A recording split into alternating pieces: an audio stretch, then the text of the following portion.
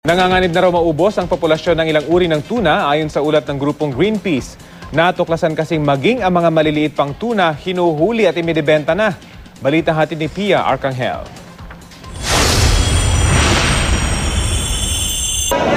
Sa tuna capital ng bansa, naglalakihang tuna ang makikitang ibinebenta sa General Santos Fish Port.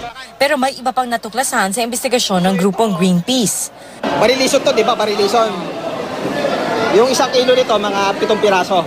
Mga batang yellowfin at big eye tuna, kilo-kilong ibinebenta sa Gensan. Ang mga huling isda, wala pang 1 metro ang haba at kalahating kilo ang timbang. Mga takdang sukat para masabing mature at pwede magparami ang mga isda. This is directly in violation of Fisheries Administrative Order 226, which disallows trading and catching of tuna na mas maliit pa sa 500 grams. Ang gamit daw na panghuli sa mga ito, mga fish aggregating device o pang-akit sa mga isda.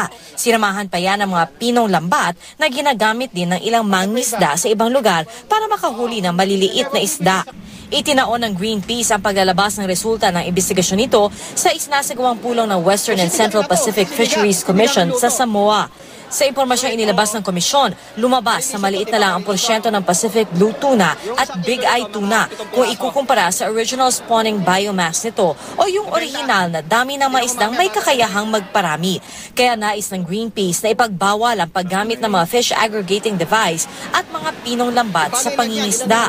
The Philippines should forward a stronger conservation measures to protect and conserve our tuna resources because we are reliant on our seas for income and at the same time for food security sa ating bansa.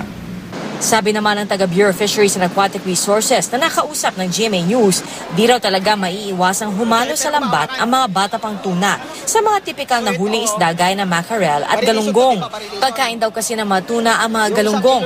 At kahit sapat ang bilang ng tuna sa Pilipinas, bawal daw manghuli nito sa ating mga dagat, kaya sa international waters nahuhuli ang mga ito. Pia Arcangel, GMA News.